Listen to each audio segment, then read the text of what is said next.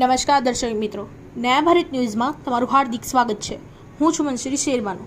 વડોદરા શહેરમાં smart meter project અંતર્ગત એક સાથે અનેક જોડાણો કપાઈ રહી જતા તેમજ વીજ બિલ 2 થી 3 ગણું વધારે આવતા વીજ ગ્રાહકોએ MGVCLની કચેરી ખાતે છેલ્લા 2 દિવસથી હોબાળો મચાવ્યો હતો।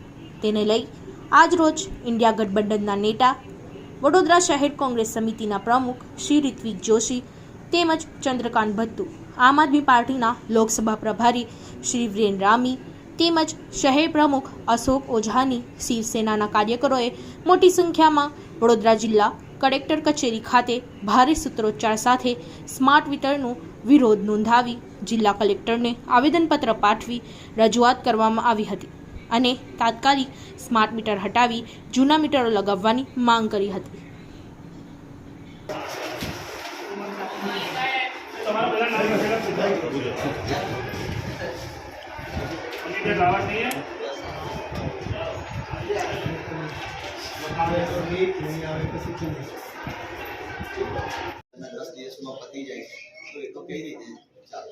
सर अमे जनता प्रतिनिधि तरीके ने पार्टी वड़ा तरीके खाली तमारा जोड़ अपेक्षा एवी राखीए छीए के तमारा बोलवाना शब्दों में कॉन्फिडन्स होय कि अमने एक लागे कि ना तमे अमारी वातने जोरदार ढाल पर क्या पहोंचाडशो एवुं तमारा जे शब्द छे एमां नर्वसता लागे छे सर कि अमे तमारी वस्तु पहोंचाडी दईशुं।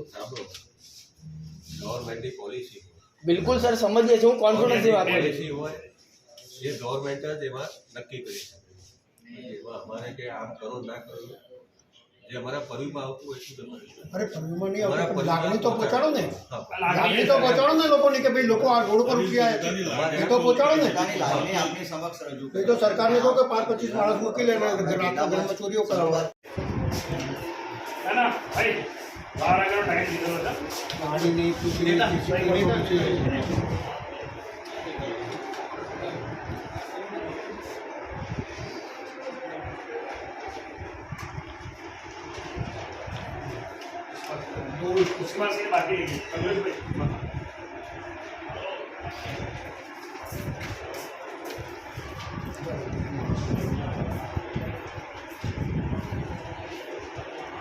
છે ને કેટલી છે અમારી પાસે તો થઈ ગઈ આ બાજુ છે આ બાજુ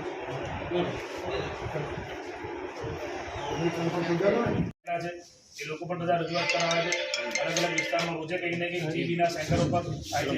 આટલું થઈ ગયું અને 204 માઇનસ બીનું બેલેન્સ થઈ ગયું, 2000 રૂપિયાનું રિચાર્જ કરાવ્યું। એવા કેટલા બનાવો છે જેને 1000નું કરાવ્યું, 500નું કરાવ્યું। જિલ્લાના વડા તરીકે આપની લોકોને મીટરો લાગશે। તમે સાહેબ વડોદરાના તમે કેવો રાજ્ય સરકારના પ્રતિનિધિ તમે સાહેબ આમાં કંઈક તો કહો કે હવે આ શું થશે। આજરોજ આમ આદમી પાર્ટી વડોદરા શહેર દ્વારા ઇન્ડિયા ગઠબંધનના ભાગરૂપે જે રીતે વડોદરા શહેરના તમામ નગરજનો પર MGVCL દ્વારા જે સ્માર્ટ મીટર પ્રીપેડ મીટર જે નખાવવાની કામગીરી કરવામાં આવી તેનો અમે સખત શબ્દોમાં વિરોધ કર્યો છે અને અમે માનનીય મુખ્યમંત્રીશ્રીને અમારી વડોદરા શહેરની પ્રજાજનોની ગુજરાતની જે વેદના છે એ વેદના માનનીય કલેક્ટર થ્રુ અમે મોકલવાનો પ્રયાસ કર્યો છે। ત્યારે એક બાજુ જુઓ કે સરકારની મૂળભૂત ફરજ શું છે કે સરકારની મૂળભૂત ફરજ છે કે દરેક વસતા દરેક નાગરિકોને વીજળી, પાણી અને ખોરાક જેવી જીવન જરૂરિયાતની ચીજવસ્તુઓ પૂરી પાડવામાં આવે। તેની સંદર્ભમાં એક બાજુ તમે દિલ્હી અને પંજાબની સરકાર જુઓ, 200 અને 300 યુનિટ જેટલી વીજળી ફ્રીમાં આપે છે અને ગુજરાતની સરકાર છેલ્લા 2 વર્ષની અંદર તમે જોઈ શકો કે 4 વીજ કંપનીઓનો નફો 6000 કરોડ રૂપિયા થયો છે। એનો મતલબ કે સરકાર એ કમાવા માટેનું સાધન નથી, તેમ છતાં જ્યારે સરકારે આવું કૃત્ય કરી અને ઉપરથી પડ્યા પર પાટું માર્યું હોય, એક બાજુ તો હજુ હમણાં જ ડિજિટલ મીટરો મૂક્યા ને હજુ હમણાં જ મૂક્યા છે ને હજુ વેલિડિટી 15 વર્ષની છે એ હજુ પૂરી નથી થઈ અને તાત્કાલિક MGVCL દ્વારા જે સ્માર્ટ પ્રીપેડ બિલ તૈયાર કરવામાં મીટર તૈયાર કરવામાં આવે છે એનો અમે સખત શબ્દોમાં વિરોધ કરીએ છીએ અને ગુજરાતની જનતાને કહીએ છીએ કે આવો જાગો અને આ જ્યાં જ્યાં મીટર લાગે ત્યાં બધી જ જગ્યા પર સમૂહમાં એનો વિરોધ કરો, એ જ અમારી વિનંતી છે। જો નહીં આવે તો જન સમર્થનની અંદર જન આંદોલન ગાંધી ચિંધ્યા માર્ગે કરવાની પણ અમારી તૈયારી છે। વીરેન રામી, લોકસભા પ્રમુખ, આમ આદમી પાર્ટી। વડોદરા શહેરમાં જે ભાજપના શાસનમાં સ્માર્ટ સિટી તો ના બની શકી અને સ્માર્ટ સિટી નામે ભ્રષ્ટાચાર થયો એ લોકો અત્યારે સ્માર્ટ મીટરના નામે પ્રજાને લૂંટવાનું કામ કરી રહ્યા છે. આવી ઉઘાડી લૂંટની સામે અમારો વિરોધ છે. આજે તમામ પક્ષો ભેગા થઈને કલેક્ટરશ્રીને આવેદનપત્ર આપ્યું છે. અમે એમને સમય આપ્યો છે કે ભાઈ તમે રાજ્ય સરકારમાં રજૂઆત કરીને 4 થી 5 દિવસની અંદર આવી કામગીરી તાત્કાલિક બંધ કરાવવી જોઈએ. અને આજે સ્માર્ટ મીટરના નામે લોકોને લૂંટવાનું કામ, કારણ કે સરકાર દ્વારા કોઈ પણ પરિપત્ર તેમાં પ્રજામાં તમારે પહેલા જાગૃતતા લાવવાની જરૂર હોય. પહેલા સમજાવો ને ફાયદા શું છે, એ તો કોઈ સમજાવતા નથી. અને ડાયરેક્ટ તમે પોલીસને લઈ જઈને સીધું ઠોકી બેસવાની વાત છે, તો આ લોકશાહી નથી, આ હિટલરશાહી છે. એના વિરોધમાં આવેદનપત્ર આપ્યું છે. આગામી દિવસોમાં જો આ અમારી માંગણી સંતોષાય નહીં તો ગાંધીજીના માર્ગે આંદોલન કરવાની ફરજ પર. મોંઘવારીને બેરોજગારીથી પીસાતી હોય ત્યારે પ્રજાને રાહત આપવાની જગ્યાએ આ રાજ્યની ભાજપ સરકાર પ્રજાને લૂંટવાનું કામ કરી રહી છે.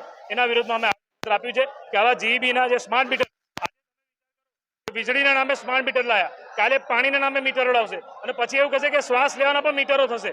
એટલે આટલી દાદાગીરી તો ના હોય. સરકારે ચૂંટણી પછી આ જે નિર્ણય લીધો છે એનો મતલબ કે પહેલા એ ગભરાતા હતા, લોકો વોટ નહીં આપે માટે ચૂંટણી પછી આજે આવા નિર્ણયો લીધા છે.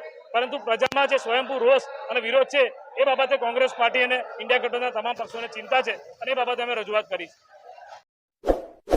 इस वीडियो को लाइक करें, हमारे चैनल को सब्सक्राइब कर बेल आइकन जरूर प्रेस करें